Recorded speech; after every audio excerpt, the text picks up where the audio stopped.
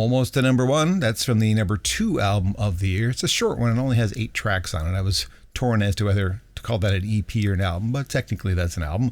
Forrest Black released something finally called Every Little Detail. He's been releasing a lot of great singles over the last year or two, and this has some of those singles. His other release of the year, an EP, made him one of my best EPs of the year. Not the best EP of the year. That belongs to the Accidentals, but Forrest has put out a bunch of great songs this year.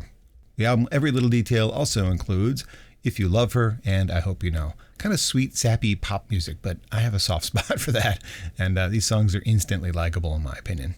The best album in a long time from Chuck Brodsky. I really like his album Two Sets, which is a good compilation of his previous work, but as far as a studio album goes, this far into his career, I did not expect an album full of great songs called Gravity, Wings, and Heavy Things.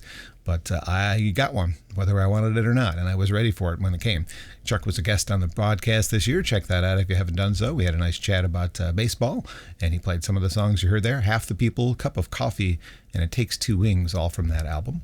You heard Wee Banjo 3 as well, from another album tied at number 3 called Open the Road, Gift of Life, Long Way Down, and Hummingbird. The complete list of my favorite albums of 2022 will be posted on my blog. There are 2 different versions of the blog. One you subscribe to through medium.com. One is just available on Google. And I hope that you do check that out. Look for the Facebook posts on my Facebook page to link to those.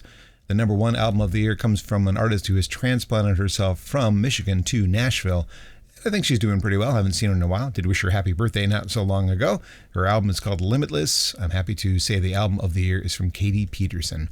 Guard Down, Lake Louise, and One Before the One will end today's show. Thanks for checking it out, and back next week with a Radical Revisions edition of the show.